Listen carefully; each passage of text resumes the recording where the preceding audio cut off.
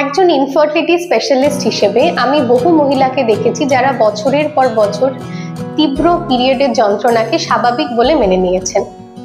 March month হচ্ছে endometriosis awareness month.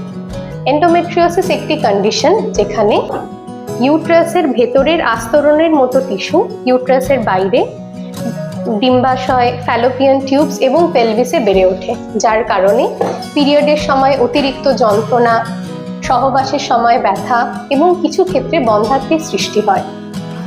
ডিম্বাণুর গুণমান এন্ডোমেট্রিওসিসে কমে যেতে পারে, ফ্যালোপিয়ান টিউবসের কাজে ব্যাহত হয় এবং অনেক সময় ডিম্বাশয়ে চকলেট সিস্টের সৃষ্টি হয়, ফলস্বরূপ বন্ধ্যাত্বের সমস্যা দেখা দেয়। এর জন্য কি করবেন?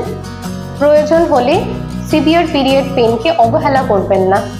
1 বছরের ঊর্ধ্বে যদি আপনি গর্ভধারণের চেষ্টা করছেন কিন্তু হয়নি, সেই ক্ষেত্রে ইনফার্টিলিটি স্পেশালিস্টের পরামর্শ নিন।